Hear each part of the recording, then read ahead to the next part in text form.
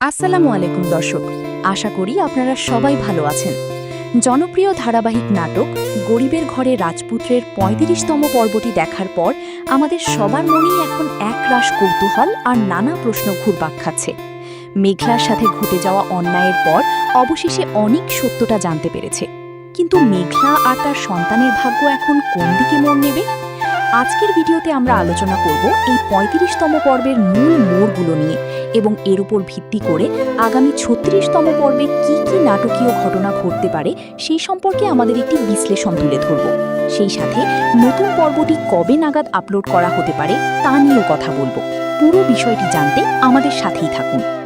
৩৫তম পর্বে আমরা দেখেছি গল্পে এক বিশাল পরিবর্তন এসেছে। রাতুলের চক্রান্তের কারণে মেঘলা ও তার পরিবার চরম বিপদে পড়ে। কোনো উপায় না পেয়ে অনিকের চাচা চাচি অনিকের কাছে এসে অবশেষে সব সত্য স্বীকার করেন।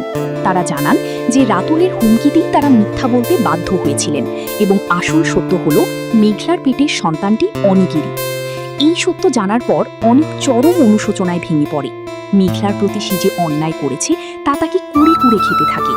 অন্যদিকে অনিক তার বিশ্বাসঘাতক বন্ধু রাতুলকে ধরে এনে গাছের সাথে ঝুলিয়ে নির্মম শাস্তি দেয়। কিন্তু সমান্তরালভাবে আরেকটি দুঃখজনক ঘটনা ঘটে।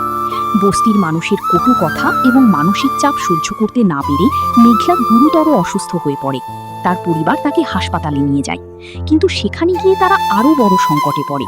ডাক্তার মেঘলার স্বামীর নাম জিজ্ঞেস করলে তারা সঠিক উত্তর দিতে পারে না।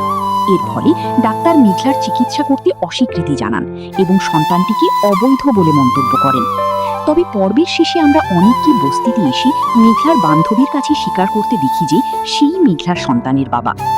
এখন প্রশ্ন হচ্ছে, আগামী ৩৬তম যেহেতু ডাক্তার মেঘলাকে ভর্তি নিতে অস্বীকৃতি জানাচ্ছে এবং তার সন্তানের বৈধতা নিয়ে প্রশ্ন তুলছে, ঠিক সেই মুহূর্তে অনেক হাসপাতালে এসে পৌঁছাতে পারে।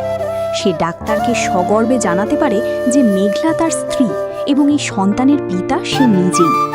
অনেকের এই সময়োচিত পদক্ষেপ হয়তো মেঘলা এবং তার অনাগত সন্তানকে এক বড় বিপদ থেকে বাঁচিয়ে দেবে।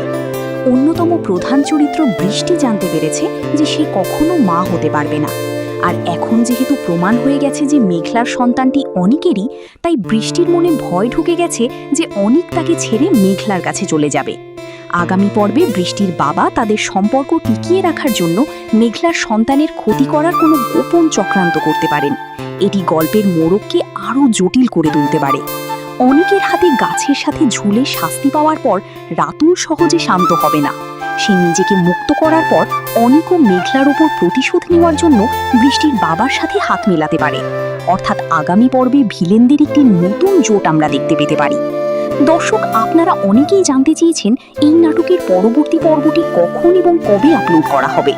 আমরা জানি যে প্র্যাঙ্কিং এন্টারটেইনমেন্ট সাধারণত তাদের এই মেগা ধারাবাহিক নাটকের নতুন পর্বগুলো প্রতি সপ্তাহে নিয়মিত বিরতিতে আপলোড করে থাকে।